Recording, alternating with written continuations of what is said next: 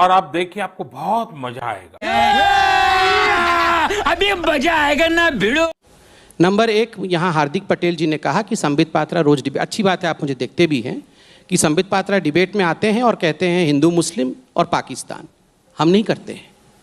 जब सलमान खुर्शीद, राहुल गांधी और कई आपके नेता आके कहते हैं कि हिंदू मत, सर एक सेकंड, एक सेकंड कन्हैया जी प्लीज एक सेकंड अरुण पुरी जी, मैं आपसे रिक्वेस्ट करता हूँ, ये मैं नहीं, इस प्रकार से डिबेट नहीं। कलीपुरी जी आप बैठी हैं सामने, ये गलत फैक्ट बोल रहे हैं। कलीपुरी जी आप सामने बैठी हैं, I request you, this is not the way of debate, this is not the way of debate. Kallipuri ji, ये बीजेपी की तरफ से मैं रिक्वेस्ट कर रहा हूँ, बहुत हम्बली रिक्वेस्ट कर रहा हूँ, बिल्कुल मैं मालिक को ही कहूंगा, आप मालिक को धमका रहे हैं, धमका नहीं, मैं रिक्वेस्ट कर रहा हूँ, दिस इज नॉट द वे, एक सेकंड कन्हैया जी प्लीज आराम से। राहुल गांधी कब डिबेट में? अच्छा एक सेकंड मैं करेक्ट करूंगी ना, मैं बैठी हुई हूँ, आप यहाँ पर फैक्ट चेक मत कीजिए ना। Kanhaiya not the way to conduct a debate, हम एक नेशनल डिबेट में बैठे हुए हैं, आराम से, ठीक है। इनकी बात पूरी हो जाए, मैं आऊंगी। ऐसे नहीं होता है, ठीक है। संबित जी अपनी बात ना बिना मतलब के नहीं है, मैं बिल्कुल मतलब से कह रहा हूँ। आप चुप रहिए, शांति से बैठिए, बिल्कुल चुप बैठिए, चिल्लाइए मत, चुप रहिए। राहुल गांधी का बोलूंगा, क्या है राहुल गांधी, हु इज राहुल गांधी? जब आपकी बारी आएगी तब आप बोलिएगा, क्या औकात है उस राहुल गांधी की? बैठिए जब आपकी बारी, एक सेकंड इनको बोल लेने दीजिए, जब आपकी बारी आएगी तो फिर बोलिएगा प्लीज आराम से। ये केवल डिबेट ही होता रहेगा। हिंदू मुस्लिम नहीं करना चाहते हैं हम, क्या मुसलमान हमारे देश के भाई नहीं है, हमारे नागरिक नहीं है? कौन मुसलमानों के खिलाफ बोल रहा है? आज तक में इतने मुसलमान भाई है, वो मेरे दोस्त हैं, हम उनके खिलाफ नहीं है। उसका अर्थ ये नहीं है कि आप कहेंगे कि राम डज नॉट एग्जिस्ट, उसका अर्थ ये नहीं है कि आप हिंदुओं को टेकन फॉर ग्रांटेड लेंगे, उसका अर्थ ये नहीं है कि आप मुझे आईएस और बोको हराम कह देंगे। मैं हिंदू हूं, मैं हिंदुत्व को मानता हूं। यहां विक्रम संपत बैठे हैं, ये हिंदुत्व को मानते हैं। मैं और विक्रम संपत बोको हराम है? मैंने मक्खी को मर नहीं कहा आज तक। मैं बोको हराम हूं? मैं कुछ नहीं खराब करता हूं, मैं आईएस हूं। और आईएस वालों को इन लोगों ने लीगल सपोर्ट दिया है, आतंकवादियों को लीगल सपोर्ट। मेरा देश टुकड़ा होगा, इसके लिए अफजल हम शर्मिंदा हैं, तेरे कातिल जिंदा है, यह कहा जा सकता है क्योंकि फ्रीडम ऑफ एक्सप्रेशन है। और मैं अपने धर्म को बचा नहीं सकता, मैं अपने राम के पक्ष में खड़ा नहीं हो सकता? क्यों नहीं खड़ा हो सकता हूं? जवाब दीजिए कन्हैया कुमार जी। आ रही हूं साकी जी और उसके बाद देखिए, सबसे पहली बात तो यह है कि जब हम कहते हैं कि यह देश हमारा है, हम इस देश के नागरिक हैं, भारत माता की जय कहना चाहिए, तो भारत माता के जो बच्चे हैं, 45 साल में देश में सबसे ज़्यादा बेरोजगारी है। रोज रसोई गैस की कीमत बढ़ रही है, पेट्रोल और डीजल का दाम लगातार बढ़ रहा है। आप देख लीजिए, आप अखबार पलटेंगे, दिन गुजरेगा और कोई ना कोई नया सरकारी संस्थान बेच दिया जाता है। जब सरकारी संस्थान बेचे जाते हैं तो बेरोजगारी में इजाफा होता है। हम निजीकरण के खिलाफ नहीं हैं। मेरा ये कहना है कि इस देश में जब सरकारी संस्थान नहीं होंगे तो निजीकरण भी इफिशिएंटली वर्क नहीं कर पाएगा। हमारा ये अनुभव है कि सरकारी स्कूल होता है तो जो एक बड़ी आबादी है जो निजी स्कूलों में फीस नहीं दे सकता है, उसके बच्चे सरकारी स्कूल में पढ़ते हैं। जो फीस दे सकते हैं उनके बच्चे प्राइवेट स्कूल में पढ़ते हैं। सरकारी बैंक होता है तो एफिशिएंटली प्राइवेट बैंक काम करता है। आज बैंकों को बेचने की तैयारी की जा रही है, LIC बेचा जा रहा है। ये जो राष्ट्रवाद के नाम पे राष्ट्रीय संपत्ति की बिकवाली हो रही है, हम उसका विरोध कर रहे हैं। इन सवालों का जवाब देने की बजाय ये क्या करते हैं, बोको हरम करते हैं। कौन कह रहा है कि आप बोको हरम हैं? आप RSS हैं महाराज, आपको कोई बोको हरम नहीं कर रहा है। आप RSS हैं और RSS ने 1942 के भारत छोड़ो आंदोलन में क्यों, संपत जी मैं ठीक कह रहा हूं ना, भारत छोड़ो आंदोलन में हिस्सा नहीं ली थी। ये इतिहास में गलत बोल रहा हूं या सही, ये मुझे ठीक कीजिएगा। और RSS ने कभी भी इस देश के तिरंगे झंडे को स्वीकार नहीं किया। उसने कहा कि हमारा धर्म हमें इस बात की इजाजत नहीं देता है कि 3 रंग होने चाहिए झंडा में। बोलिए हम गलत बोल रहे हैं कि सही?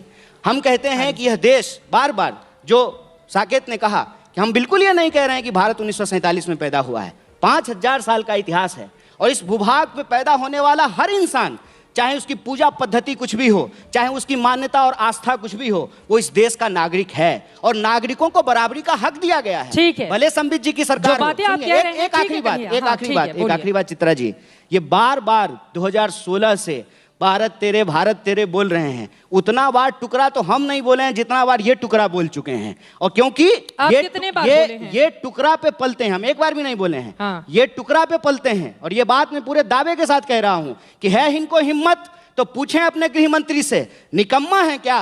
क्यों कोई कार्रवाई नहीं हो रही? वो आपके गृह मंत्री सुनिए, मैं अब मैं गृह मंत्री पे आता हूं। अपने गृह मंत्री से। देश में एक गृह मंत्री गुंडा की भाषा बोलता है, किसानों को सबक सिखाने की बात करता है, उसका बेटा किसानों के ऊपर जीप चढ़ा देता है और उसके बाद इनके मुंह से एक शब्द नहीं निकलता है। ये कहते हैं कि किसानों के शहादत का दुख है मुझे। आपको दुख था तो आप गए क्या? आप गए किसान के उन परिवारों के पास जिन किसानों की हत्या कर दी गई। आप बात को घुमाइए नहीं, सवाल है जो मुद्दा है उसका सही जवाब दीजिए। देखिए, 2 बार यहाँ पर आदरणीय अमित शाह हमारे गृह मंत्री जी को निकम्मा कहा गया। मैं टेनी की बात कर रहा था। कोई बात नहीं, आपने उससे मैं टेनी की बात कर रहा था, उसका बेटा जीप चढ़ाया है, जैसा जीप नहीं चढ़ाया है, गलत मत बोलिए। फिर हम टेनी की बात कर रहे हैं। इससे पहले भी आपने टेनी गृह मंत्री है कि नहीं, ये पहले बोलिए। ठीक है, रुकिए, ऐसे टेनी गृह मंत्री है ना भाई, मतलब अमित शाह ठीक है ना? फिर चलिए, बहुत बढ़िया, वो आपको कहना पड़ेगा, नहीं तो आईटीडीसी का चेयरमैन आप नहीं रह पाइएगा। अब सुन लीजिए, जवाब सुन लीजिए। ठीक है, देखिए चित्रा जी, यहाँ पर तूतू मैमे की डिबेट लोग देख के ताली बजाने के लिए नहीं बैठे हैं, गंभीर लोग बैठे हुए हैं। आप जानते हैं चित्रा जी, विगत 70 वर्षों से देश में डिबेट चलता था कि अनुच्छेद 370 को कोई छू नहीं पाएगा, ये आर्टिकल हट ही नहीं सकता है। लोगों ने यहाँ तक कह दिया था कि मोदी जी अगर 1000 बार जन्म ले लेंगे तो अनुच्छेद 370 नहीं हट सकता है। यहाँ तक कह दिया गया था कि अगर 370 को कोई स्पर्श भी करेगा तो तिरंगा उठाने वाला कोई नहीं होगा, खून की नदियां बह जाएंगी। आज मैं गर्व के साथ कहता हूं, मेरे देश का गृह मंत्री अमित शाह है, 370 को नेस्तनाबूद कर दिया, 370 को मिटाने की क्षमता रखता है मेरा गृह मंत्री और मेरा प्रधानमंत्री। गर्व के साथ कहता हूं, निर्णय लेना क्या होता है। जो जवाहरलाल नेहरू कहते थे 370 एक दिन घिस जाएगा, एक दिन में ही उसे घिसकर समाप्त करने की हिम्मत रखता है नरेंद्र मोदी और अमित शाह। यह है हमारा देश की सरकार। वो टेनी को लेकर सवाल पूछ रहे। कोई बात नहीं, जहां तक टेनी जी के विषय में पूछा गया है, स्वाभाविक है, ये प्रश्न पूछे जाएंगे लोकतंत्र में, हमें भागना नहीं है इन प्रश्नों से। किसान संगठन, वहां की जो प्रशासन है, दोनों ने बैठकर इस बात पर एक अर्जी दी कि जो प्रशासन है इस पर जांच करे और जांच के बाद जो भी सत्यता सामने आए उस पे कार्यवाही हो। सुप्रीम कोर्ट उसको देख रहा है। मैं किसी के बचाव में नहीं बैठा है। मैं कहता हूं, अगर हमारे भी किसी व्यक्ति के कारण से एक भी मौत हुई हो तो कानून अपना काम करेगी। मैं यहां बचाने नहीं आया हूं, मैं बिल्कुल बचाने नहीं आया। आपको कहा कि सरकार में हम हैं तो पार्लियामेंट में भी और सड़क में भी जनता जनार्दन भी और अपोजिशन पार्टी भी सवाल हम ही से पूछेगी और किसी से पूछेगी नहीं। पार्लियामेंट में सवाल पूछकर भाग जाना, सवाल पूछकर पार्लियामेंट को बंद कर देना, यह पार्लियामेंट का तरीका नहीं है। और सड़क में भी आप जब सवाल पूछते हैं तो जवाब दिया जाता है। जवाब कौन देता है? ये जो बैठी है जनता जनार्दन। अगर जनता जनार्दन मत पेटी के हिसाब से, ईवीएम के हिसाब से जवाब देती है, और अभी दिया, अभी सबसे हाल फिलहाल में त्रिपुरा का इलेक्शन हुआ है।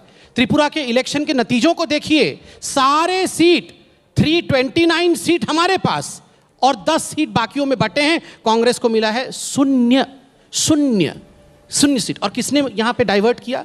आप बताइए। मैंने जाके सलमान खुर्शीद जी को कहा था कि सलमान खुर्शीद जी जरा बोको हराम वाला लिख देना जरा कि Hindutva is equal to Boko Haram IAS। मैंने कहा था राशिद अली को जाके वो कहना कि जय श्री राम राक्षस बोलते हैं, हमने कहा था उनको कहने के लिए। हमने कहा था राहुल गांधी को, वो क्या जो वर्चुअल मीटिंग करते रहते अनडिस्क्लोज लोकेशन से, वहां से वर्चुअल मीटिंग करके बोल रहे थे Hindutva is equal to fascist. नेता लेकर आते हैं ना किताबों में बोको हराम और ISIS तमाम चीजें, तो फिर सारे आरोप बीजेपी पर ही क्यों लगाते हैं? हम बोल देते हैं। देखिए क्या है ना कि इसीलिए इनका इलाज, इनका दवाई है मेरे पास, संबित पात्रा का। तुरंत बच्चा ऐसा रोने लगे, कलीपुरी जी तो मेरा तो दवाई है, राहुल गांधी का दवाई है कि नहीं इनके पास? जवाब देने दीजिए। मेरा दवाई लेके घूम रहे हैं। राहुल गांधी का दवाई है कि नहीं इनके पास? दे रहे हैं। अच्छा दे रहे हैं, आपको देते हैं, सुइया देते हैं, रुकिए, सुइया देते हैं।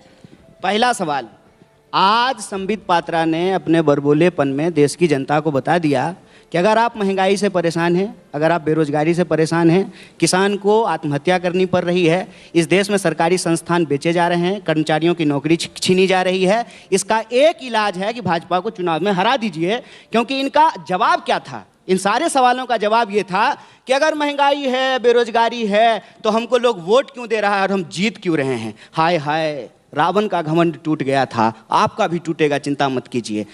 देश की जनता से इस बड़े मंच से मैं अपील करना चाहता हूं कि भाजपा की एक दवाई, चुनाव में इनको हार की घुट्टी पिलाई जाए, ये तुरंत ठीक हो जाएंगे। दूसरी बात, ये बार बार कांग्रेस के किसी नेता ने क्या किताब लिखा है उस पर बात करते रहते हैं। पार्लियामेंट में कहते हैं कि बहस नहीं हो रही है। पार्लियामेंट में जब किसान बिल लाया गया था, बहस हुई थी क्या? किसान बिल जब वापस किया गया है, बहस हुई क्या? क्या ये सत्ताधारी लोग किसी को भी बहस करने की इजाजत देते हैं क्या? मैं बार बार कहता हूं कि जब इस कार्यक्रम का नाम रखा गया है एजेंडा आज तक, तो इस देश का एजेंडा आज क्या है, उस सवाल का जवाब नहीं दिया जा रहा है। रेलवे की ग्रुप डी की भर्तियां 3 साल से नहीं हुई है। बैंकिंग में बहाली बंद कर दिया गया है। एनटीपीसी में बहाली नहीं हो रही है। आपके जो रिपोर्टर हैं चित्रा जी, आप भी बुलेट लेकर के घूमते हैं, देखिए नौजवानों की आज हालत क्या है। 7 साल से खिचड़ी खा रहा है, कोई बहाली नहीं मिल रही है। और इन्होंने तो एक सीधा मर्ज का इलाज निकाला है, ना रहेगा बांस ना बजेगी बांसुरी, ना रहेगा सरकारी संस्थान ना देनी पड़ेगी सरकारी नौकरी। मैं कहता हूं कि आज के समय में इस देश के आम आवाम को सीधे तौर पर यह सोचना पड़ेगा कि राष्ट्र का नाम लेकर के, भगवान का नाम लेकर के, मंदिर मस्जिद करके इस देश के जो बुनियादी सवाल हैं उसको गुमराह किया जा रहा है। विकल्प कौन और होगा? इस देश का बीजेपी का विकल्प कौन होगा? आप बार-बार इतना गिना रहे हैं जनता, उसकी कमियां। जनता ही तो वोट कर रही है इनको। हाँ, वो ये मैंने यही तो मैं जनता से अपील कर रहा हूँ हाँ। कि इनका एक ही इलाज है, इनको चुनाव में हराइए, ये आपके सारे डिमांड को मांग ठीक है, लेंगे। अब हमारे पास मैं वक्त की बैंक कमी है। कर्मियों को समित पात्रा जी, एक आखिरी बात बोलकर मैं अपनी बात खत्म करूंगा।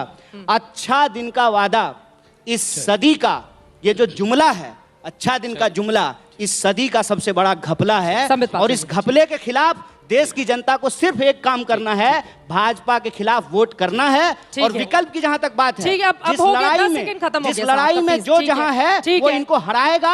और ये जो इधर उधर की बात करते हैं ना कि मोदी के सामने कोई इंडिविजुअल नहीं है, सुनिए, ये कहते हैं कि मोदी के सामने कोई इंडिविजुअल नहीं है। मोदी के सामने इस देश की 135 करोड़ जनता खड़ा होगी और 45 साल में सबसे ज्यादा बेरोजगारी हुई।